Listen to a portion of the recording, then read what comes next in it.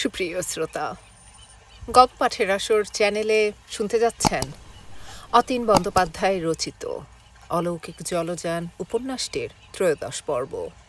আমি ওয়ারা করিম, সাথে থাকুন।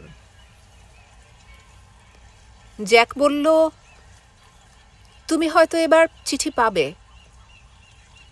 চিঠি? মায়ের? হ্যাঁ। না, পাবো না। আমি জানি পাবো না। মা আমার চিঠি পেলে তক্ষুনি উত্তর দিতেন। চিঠি কোনোদিন ওদের কাছে পৌঁছবে না। জ্যাক ফের বলল, তুমি বসো। আমার ক্যাবিন তোমার কেমন লাগছে? খুব সুন্দর। মনেই হয় না জাহাজে আছি। সব রকমের ব্যবস্থা আছে। আমার খুব ইচ্ছে এমন একটা ক্যাবিনে ঘুমোই। জ্যাক কিছু বলতে পারল না, শুধু বলল, তুমি জাহাজে কাজ করলে একদিন এমন একটা ক্যাবিনে ঠিক থাকতে পাবে। বাবা মাঝে মাঝে তোমার কথা বলেন। কি বলছো জ্যাক? আমার কথা বলেন? জ্যাক বলল, হ্যাঁ। তারপর বলল, তুমি আমার ফ্রেন্ড। আমি তোমার কাছে তেমন ব্যবহার পেতে চাই। জ্যাকের মুখ বড় সরল দেখাচ্ছে। সে বলল, তুমি আমাকে কখনো ভয় পাবে না বলো? ছোট চুপ করে থাকলো। বলো, আমাকে তোমার সুবিধা অসুবিধার কথা সব বলবে। ছোট কিছু বলল না। সে কেমন অভিভূত। এত ভালো জ্যাক, অথচ এতদিন সে জ্যাককে এড়িয়ে গেছে। ছোট ধীরে ধীরে বলল, তুমি বসো। তুমি আমার অনেক ছোট জ্যাক। আমি তোমার বন্ধু হতে পারি না। জ্যাক কেমন অধীর গলায় বলল, কেন কেন? তারপর ছোট আর কিছু বলতে পারল না। জ্যাক ওর কাঁধে পড়ে। জ্যাক শরীরে অতীব এক সুষমা বয়ে বেড়ায়। সে কেন যে নিজেকে এত অসম ভেবে থাকে। আসলে জ্যাক কখনো কখনো হয়তো আবেগে ভোগে, এটা একটা খেয়ালও হতে পারে। এবং নানাভাবে জ্যাক সম্পর্কে ছোট ভেবে বুঝল সে কথা দিতে পারে না। সে পালিয়ে এসেছে। জ্যাক খুব ছেলে মানুষ, জ্যাক খুব আদুরে, জ্যাক ভীষণ খেয়ালি। নিজের ভাগ্য এত বেশি সুপ্রসন্ন সে ভাবতে পারে না। আসলে সে হয়তো আর একটা বিপদে জড়িয়ে পড়ছে, যেমন কাল সে মেজ মালমের সঙ্গে গিয়ে ঠিক করেনি। সে এবার বলল, জাহাজে তোমার সঙ্গে কথা বলার কেউ নেই, তোমার সঙ্গে ঘুরে বেড়াবার কেউ নেই। তুমি খুব একা। তোমার একজন কাছের মানুষ দরকার। যদি তিনি মনে করেন আমাকে দিয়ে হবে, তুমি যেখানে বলবে তখন যাব। তুমি যেমন আমার মনিবের মতো আছো, এখন তেমনি থাকো। যখন যা সার্ভিস চাইবে পাবে। জ্যাক কেমন সহসা ক্ষিপ্ত হয়ে গেল। সে চিৎকার করতে থাকলো, ইউ গেট আউট!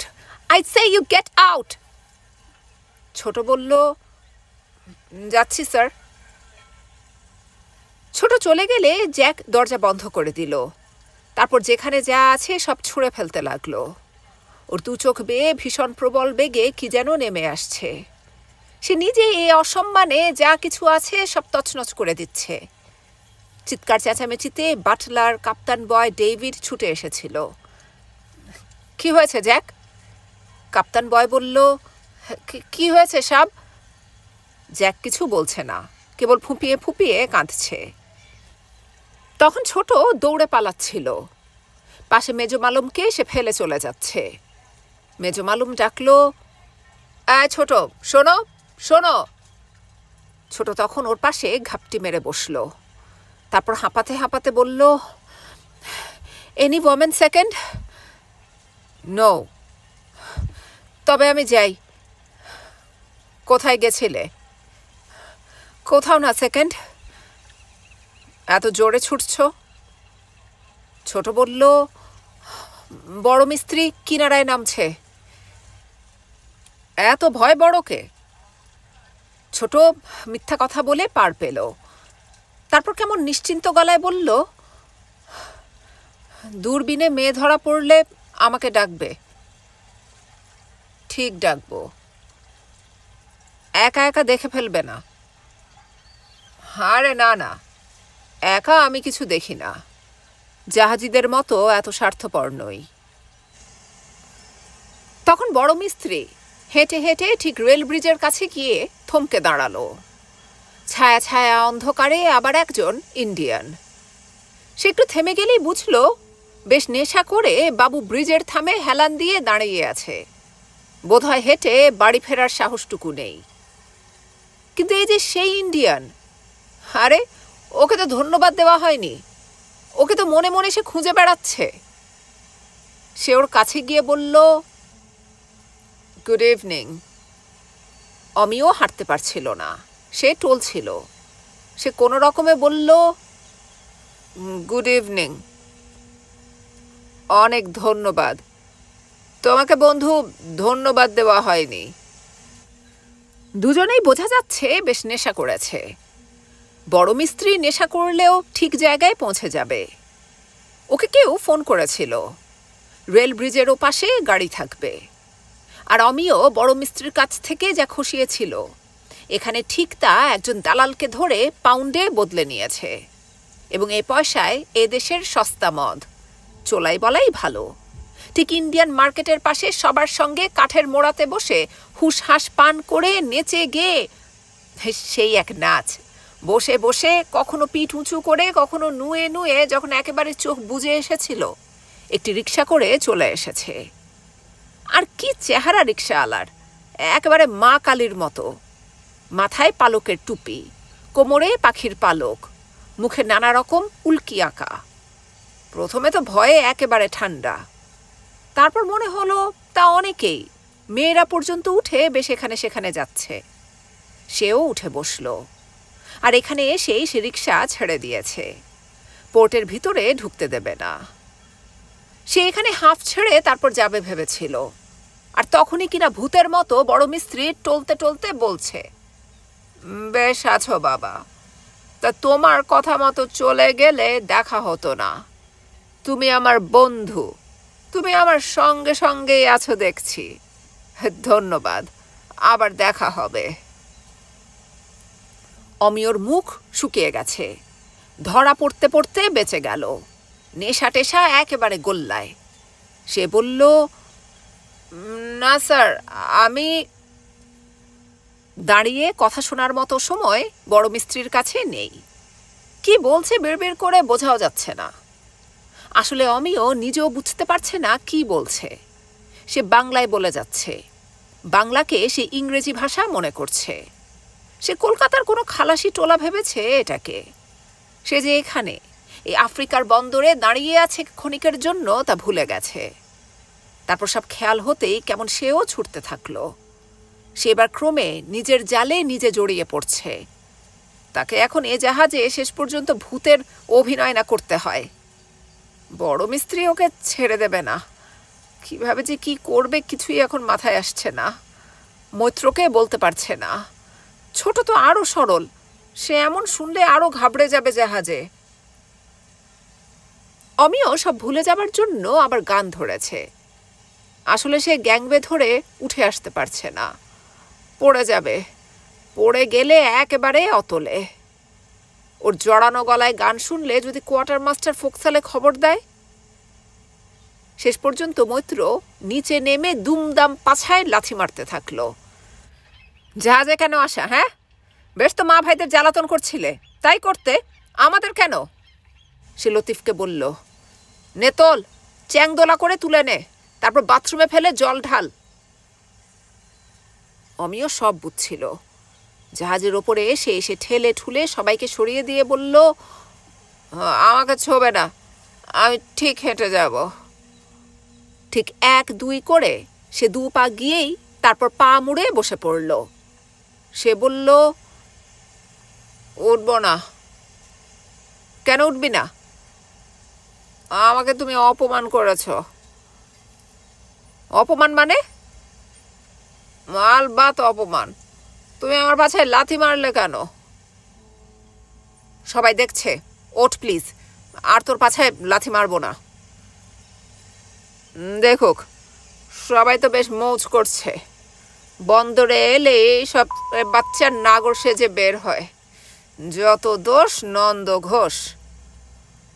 মৈত্র বলল, অমিয়, জাহাজ থেকে শালা তোমায় হারিয়ে করে দেব।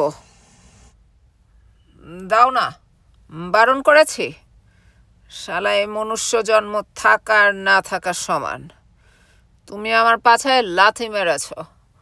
ছোটকে যদি না বলেছি তো আমি বাচ্চা। এবং ছোট দেখল পিছিলে কি যেন একটা গন্ডগোল। সে বোর্ডডেক থেকে বুঝল সবাই সেখানে জড়ো হয়েছে। সেও ছুটে গেলে দেখল অমিয় বেহুশ হয়ে আছে। কেউ এদিকে আসতে পারে, কিংবা কোনো অফিসার। ইঞ্জিন সারেং তাড়াতাড়ি ওকে নিচে নিয়ে যেতে বলছে, এবং ওকে ঠেলে ঠুলে নিচে নিয়ে গেলে মনে হলো অনেক দূরে একটা অতিকায় ট্রেন কোনো গভীর বনাঞ্চলের ভেতর দিয়ে ছুটছে। গাছপালা পাখি সব ভয়ে উড়ে যাচ্ছে, এবং এক আশ্চর্য শব্দ জাহাজে উঠলে সবাই পায়। সে ট্যানি টরন্টো, ট্যানি টরন্টো। গর্ভিণী তিমি শিকার করে ফিরে আসার সময় শিকারীরা এমন একটা শব্দে ডেকে দাঁড়িয়ে গান গাইতে ভালোবাসে। পরদিন সকাল 7টা বাজতে না বাজতেই কিনারার সব মানুষ উঠে আসছে। ওরা অধিকাংশ নিগ্রো কুলি। ক্রেনগুলো সব এগিয়ে আসছে। ডেরিকগুলো তুলে দেওয়া হয়েছে। উইঞ্চের বল বিয়ারিংয়ে তেল দিচ্ছে গ্রিজার। মেজমালম ছুটে ছুটে বেড়াচ্ছে। ছোটকে দুবার দেখেও যেন চেনে না এমনভাবে তাকিয়েছে। পাখিগুলো প্রথমে নেমে গেল। ফলকা একেবারে খালি। নিগ্রকুলিরা এসে গ্যালিতে ভাত ভাত করছে। ওরা ভাত মুড়ি মুড়কির মতো জ্যাবের ভিতর নিয়ে কাজ করছে আর খাচ্ছে। জাহাজিরা কাজের ফাঁকে ফাঁকে নিগ্রকুলিদের সঙ্গে ভাঙা ইংরেজিতে হাসি ঠাট্টা করছে। বাদশা মিয়া একজন নিগ্রকুলির হাত পা দড়ি দিয়ে কত মোটা মাপছে। সে একটা বড় টুল টেনে এনেছে। তার উপরে উঠে দৈত্যের মতো মানুষটার হাতের পেশি কি যে সবল এমন মাপবার সময় খুব দুঃখ। সে এতটা দুর্বল কেন? আর নিগ্রকুলিটা ফিক ফিক করে হাসছে। মাপবার সময় যখন যা বলছে মানুষটা তাই করছে। বাদশা মিয়াকে ছোট একটা পুতুলের মতো লাগছে। কি কালো আর সবল শরীর, মাথায় রোয়া রোয়া কোঁকড়ানো চুল। বাদশা মিয়া হাসতে হাসতে ঠাট্টা করছে। তোমার কয়টা বিবি মিয়া? 3। সে আঙুল দেখিয়ে এমন বলছে। বাচ্চা যেন খুব কাছের মানুষ পেয়ে গেছে। সে একেবারে দাঁত বের করে বলল, মি মি। বুকে আঙুল ঠেকালো, যেন মি দিয়ে নিজেকে প্রকাশ করতে পারছে না। বুকে আঙুল ঠেকিয়ে সে প্রমাণ করছে, মি বুঝলে সাব, 4 বিবি। বাদশা মিয়া বলল, ভাত নেবে? সে ওর 2 জ্যাব ভর্তি করে ভাত দিল। নিগ্রকুলিটা তারপর 2 লাফে নেমে গেল।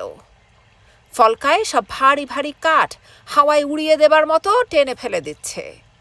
এবং এভাবে জাহাজের কাজ শুরু হলে মনে হয় কেউ এখন আর নিজের দুঃখের কথা ভেবে বসে নেই। সবাই কাজ করছে। 4 নম্বর মিস্ত্রি সামনের উইঞ্চে আছে, 5 নম্বর আছে এদিকের উইঞ্চে। কাপ্তান পায়চারি করে সব দেখছেন। মেজমালুমের কাছে হিসাবপত্র আছে। কি নামবে সে জানে। জাহাজে কোনো আলাদা ক্লার্ক নেই। চিফ অফিসার, সেকেন্ড অফিসার এসব কাজ ভাগ করে নেয়। আর্চি নিচে রয়েছে। কিছু মেরামতের কাজ আছে। কিনার থেকে কন্ট্রাক্টর এসে মেরামত করছে। বড় বড় অক্সিজেন সিলিন্ডার নামিয়ে দেওয়া হচ্ছে। প্লেট খুলে ফের মেরামত হচ্ছে। স্মোক বক্সে কাজ পড়েছে ছোটর। সকাল থেকে ওর দেখা নেই। দুজন দুজন করে 3টে স্মোক বক্স ভাগ করে নিয়েছে। মৈত্র নিজে গেছে সঙ্গে। 6 জন কোলবয় স্মোক বক্স সাফ করার জন্য রয়েছে বলে ছোটকে সকাল থেকে দেখা যাচ্ছে না। অনিমেষ, বঙ্কু এবং অন্য ডেক জাহাজিরা ফলঞ্চা বেঁধে রং লাগাচ্ছে। চিমনিতে রং লাগাচ্ছে 25 টাকার জাহাজিরা। 23 টাকার জাহাজিরা ফলঞ্চা বেঁধে জাহাজের খোল রং করছে। বন্দরে এলে এসব কাজ ওদের বেড়ে যায়। সমুদ্রের ঢেউ এসে ক্রমান্বয়ে সব রং ধুয়ে নিতে চায়। আর ওরা যেখানে যেভাবে রং ধুয়ে যায় আবার বন্দরে এসে রং করে ফেলে। যেন নিয়ত এক সংগ্রাম এ সমুদ্রের সঙ্গে। স্মোক বক্সের ভেতরে বসে তখন ছোট চেঁচামেচি করছিল, মৈত্রদা, কিছু দেখতে পাচ্ছি না। মার, জোরে জোরে মার, জোরে বুরুষ চালা, মাগির কলিজাতে পাড় দে। এগুলো এমন সব কথা যে মৈত্রকে বলতে হয়, না বললে যারা কাজ করছে তারা মেজাজ পাবে না। এই যে 1 মাসের ওপর ওরা জাহাজ চালিয়ে এসেছে, এই যে 1 মাস ধরে স্মোক বক্সের পাইপগুলো ধোঁয়া গিলে গিলে জ্যাম হয়ে গেছে কালিতে, এগুলো ঠিক মতো বুরুষ না চালালে বয়লারে ঠিক স্টিম উঠবে না। ধোঁয়া বের হবার পাইপ জ্যাম থাকলে আগুন ভালো জ্বলবে না। আগুনের ভেতর আগুন, সে যে কি আগুন এ বয়লারে নিয়ত জ্বলে কেউ না দেখলে টের পাবে না। এভাবে হাজার হাজার টন কয়লা পড়বে বয়লারের পেটে। স্মোক বক্স সাফসুফ না থাকলে বয়লারের বদ হজম হবে, এবং এটা মৈত্র ভালো বোঝে। সে সেই সকাল থেকে লেগেছে। চারপাশটা এখন ধোঁয়ার মতো, আসলে সব শুকনো ভূষকালি ফরফর করে চারপাশে উঠছে। এবং ওরা যে নীল জামা প্যান্ট পরে এসেছিল তার উপর পলেস্তারা পড়েছে ভূষকালির। ভূষকালিতে মুখ একেবারে মা কালী, চোখ দুটো জবা ফুলের মতো লাল। নাকে সবাই রুমাল বেঁধেও পার পাচ্ছে না। গলা থেকে থুতু উঠে আসলে কেবল মনে হয় দলা দলা কালো কফ। কেউ বেশিক্ষণ ভেতরে বসে থাকতে পারে না। পাইপের ভেতর বুরুষ ঠেলে বের করে দুবার ঘষে, তারপর বাইরে বের হয়ে আসে। আবার যখন যাচ্ছে ভেতরে, সেই ঘূর্ণিঝড়ের মতো ভূষকালের ঝড়টা কিছুটা তখন থেমে গেছে। বারবার গিয়ে তা প্রায় 20-22টা পাইপ, ঠিক গোনার মতো তখন অবস্থা থাকে না। এক এক করে সবাই সাফ করে যখন ঠিক 12টায় উঠে গেল দল বেঁধে, তখন মনে হচ্ছে একদল অভিযাত্রী সত্যি কোনো দুর্গম কয়লা খনির ভেতর থেকে জীবন মরণ লড়াই শেষে ক্লান্ত অবসন্ন পায়ে উঠে আসছে। মৈত্রের ভীষণ গর্ব হয় তখন। গতকালের অমিয়র এমন বেলাল্লাপনা ভুলে যায়। এমন একটা কাজের পর যদি এতটুকু না করলো তবে আর বাঁচা কেন? কিন্তু এইসব জাহাজিদের এত কম পারিশ্রমিক, আর্টিকেলে ওদের জন্য এত কম বরাদ্দ থাকে যে তখন তার মন খারাপ হয়ে যায়। মৈত্রের তখন এইসব হতভাগা জাহাজিদের জন্য আফসোস হয়। জ্যাক তখন খুটখুট করে জাহাজে চিপিং করছে। ঠিক 2 নম্বর লাইফ বোটের নিচে সে বসে আছে, এবং সে দেখতে পাচ্ছে কতজন অভিযাত্রী ক্রমে পিছিলের দিকে চলে যাচ্ছে। ওদের চেহারা এক রকমের, মাথায় কালো টুপি, জামা প্যান্ট ভূষকালিতে ঢাকা। ওরা কে এবং কোনটা ছোটবাবু সে বুঝতে পারল না, কিন্তু সে জানে ছোটবাবু ওদের ভেতর সবচেয়ে লম্বা। ছোটকে যে যেভাবেই সাজিয়ে রাখুক সে ঠিক চিনে ফেলতে পারবে। দূর থেকে না পারলেও কাছে গেলে চিনতে পারবে। ছোটর শরীরে আশ্চর্য এক সৌরভ আছে যা কখনো উবে যায় না। সে কালকে রেগে গিয়ে কি যে করে ফেলল, ছোটকে এই অবস্থায় দেখে সব রাগ অভিমান সে ভুলে গেল। হঠাৎ এমন শোরগোল এবং কাজকর্মের ভেতর সব ভুলে সে উঠে দাঁড়ালো। তারপর চিৎকার করে ডাকল, ছোট, ছোট, আমি এখানে। কেমন সরলভাবে বলে যাওয়া। ছোট যেতে যেতে হাত তুলে দিল, কিছু বলল না। জাহাজ ছাড়ার আগে মৈত্র ছোটবাবুকে ওয়াচে নিয়ে নিল। সারেঙের ইচ্ছা ছিল না। কি দরকার যখন চলে যাচ্ছে? এখন তো সমুদ্রে তেমন ঝড় উঠছে না, আর সামনে যে সমুদ্র পাড়ি দিতে হবে সেটা খুব ভয়াবহ হবে না। শীতের সমুদ্র, শান্ত নিরিবিলি, নানা বর্ণের সমুদ্র পাখিরা ঘোরাফেরা করবে কেবল। এখন ছোট যেভাবে আছে সেভাবেই থাক না, ওকে আর কে ঘাটাচ্ছে? তবু মৈত্র বলল, না, ওর শক্ত হওয়ার দরকার আছে। সব জাহাজে আমি আপনি থাকবো না। ছোট কি বলে? ওর আবার বলার কি আছে? ওর ইচ্ছায় তো আর কাজ হবে না। সারেং বললেন, ঠিক আছে, যা ভালো মনে করেন করবেন। সারেঙের এ নিয়ে কোনো দ্বিধাও থাকলো না। ছোটবাবুর জন্য মৈত্রমশাই ভেবে থাকেন। এটা সারেং সাহেব নিজেও চান, ছোট শক্ত হোক। অনেকটা হয়েছে, জাহাজের স্মোক বক্সে খুব ভালোভাবে কাজ করেছে। কয়লা লেভেলিংয়ের দিন সে তো সবচেয়ে বেশি খেটেছে। এভাবে একজন জাহাজে ঠিকঠাক কাজ করতে না পারলে পদে পদে অপদস্থ হতে হয়। সুতরাং ছোটবাবুর ফালতু থাকা আর হলো না। এখন সেও অন্য জাহাজিদের মতো পরিদার, তার পরি মৈত্রদার সঙ্গে 12টা 4টা ওয়াচ। এক বাংকারে সে কাজ করবে, অন্য বাংকারে অমিয় ইতিমধ্যেই বেশ পরিশেষে শীষ দিতে দিতে উঠে আসে। একদিন ছোট দেখেছিল অমিয় পরিশেষ করে বোট ডেকে দাঁড়িয়ে জোরে জোরে কবিতা আবৃত্তি করছে, বোধহয় কোনো ইংরেজ কবির সমুদ্র বিষয়ক কবিতা। সে শুনতে পায়নি। ওর হাত পা নাড়া দেখে ভেবেছিল অমিয় বোট ডেকে পাগলামি করছে। সে ওপরে যেতে পারেনি, কারণ সে উইঞ্চে কাজ করছিল। ফাইবার ওকে দিয়ে কাজ করাচ্ছিল। ওকে সে জিজ্ঞাসা করলে বলেছিল, কবিতা আবৃত্তি করলাম, কি শান্ত আকাশ, কি অসীম সমুদ্র। ইচ্ছে হয় না হাত পা ছুড়ে কবিতা আবৃত্তি করতে? ইচ্ছে হয় না ধন ধান্যে পুষ্পে ভরা আমাদের এই বসুন্ধরা গানটা গেয়ে ফেলি? এভাবে প্রথম যে জাহাজ মনে হয় নিদারুণ, সমুদ্রযাত্রা মনে হয় কঠিন সফর, জীবনযাপনে বিশ্বস্ততা থাকে না, মনে হয় সবাই ভিন্ন ভিন্ন গ্রহ থেকে নেমে এসেছে। ক্রমে আর তা মনে হয় না। মনে হয় এরা সবাই মিলে একই গোষ্ঠীভুক্ত জীব। এখানে ঠিক সবাই একইভাবে। যেমন সারেং বলতে পারেন, কবে বাড়িওয়ালা লাইন ডেকে বলবেন, নাটক, যাত্রা, কবি, গান যার যা খুশি করো। শান্ত সমুদ্রে ডেকের ওপর নাটক, আবৃত্তি, গান বাজনা লাগাও।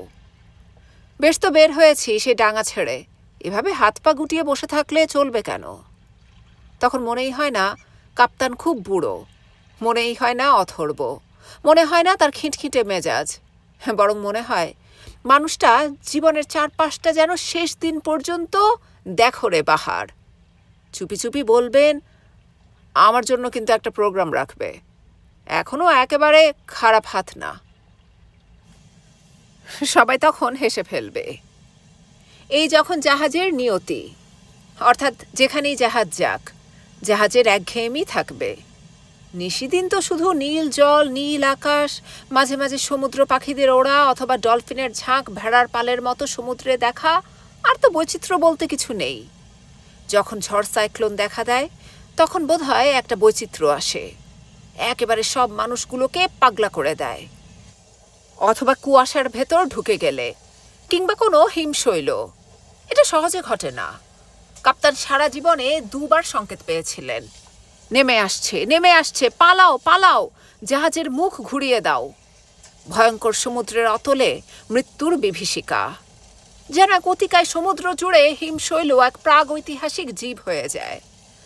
আর তো কিছু নেই, কেবল কাজ, চার্ট দেখা, চার্ট মতো জাহাজ চলছে কিনা দেখা, সকাল সন্ধ্যায় গ্রহ নক্ষত্র দেখে জাহাজের অবস্থান বোঝা, কখনো কখনো দেখা দিক ঠিক আছে কিনা, অথবা দিক নির্ণয়, অথবা মার্কনি সাব অর্থাৎ রেডিও অফিসার সকাল হলে জাহাজের খবর জানিয়ে দিচ্ছেন এরিয়া স্টেশনকে। প্রতি সকালে তার এটা কাজ। হ্যাঁ হ্যাঁ, সোল ব্যাংক। তারপর প্রায় মুখস্থ বলে যাবার মতো কত এনআরটি, কত জিআরটি, কোন কোর্সে জাহাজ যাচ্ছে এবং নেক্সট পোর্ট অফ কল কি। অথবা পজিশন জাহাজের ভুল হলে চেয়ে নেন রেডিও বিয়ারিং, তাহলেই সব ঠিকঠাক, আর ভয় থাকে না।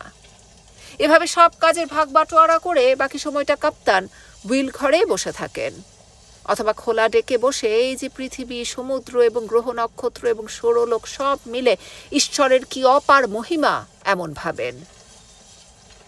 তখন কাপ্তানের চোখ বুজে আসে।